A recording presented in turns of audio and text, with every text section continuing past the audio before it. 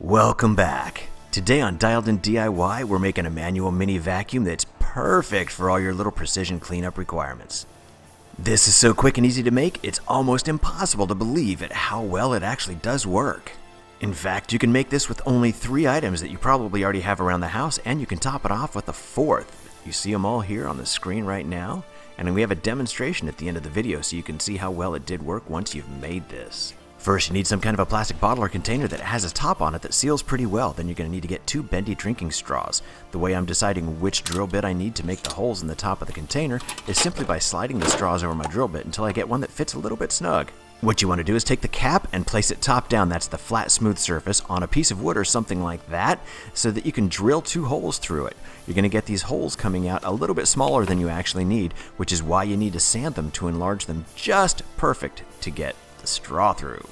Here's a great little user tip. Cut your straw at a little bit of an angle, and that makes it much easier to get through a hole that's a little bit snug for the straw to fit through.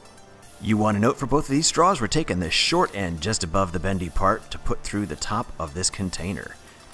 Once you've got it started, you want to reach underneath and pull the straw through a little bit further until it's about halfway up the bendy ridges of the straw. This is going to significantly increase the strength of your seal. You're going to repeat the exact same process for the second straw, but once the second straw is all the way through, you're going to reach underneath with a pair of scissors and just cut off the excess straw right at the first set of ridges.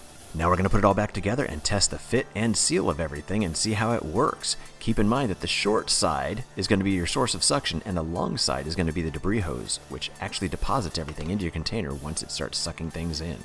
You can dial in the seal with a little bit of tape on the inside just around the straws. This will actually create a little bit of a tighter seal and make it much easier to clean up stuff like dust, sand, glitter, debris, sawdust, keyboard fuzz, and so much more.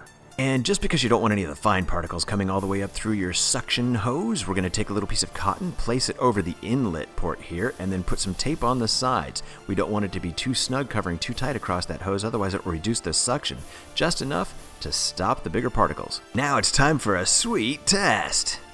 I call this a manual vacuum because you have to stick the long hose, the one that's connected to the short port on the inside of the container, in your mouth and begin to suck. This way you can actually control very precisely the amount of suction that's used to clean things up. We're using the Splenda because it's a finer powder than regular sugar, and that way you can taste it when it comes through, and you'll know if you need to go back and add a little bit more cotton.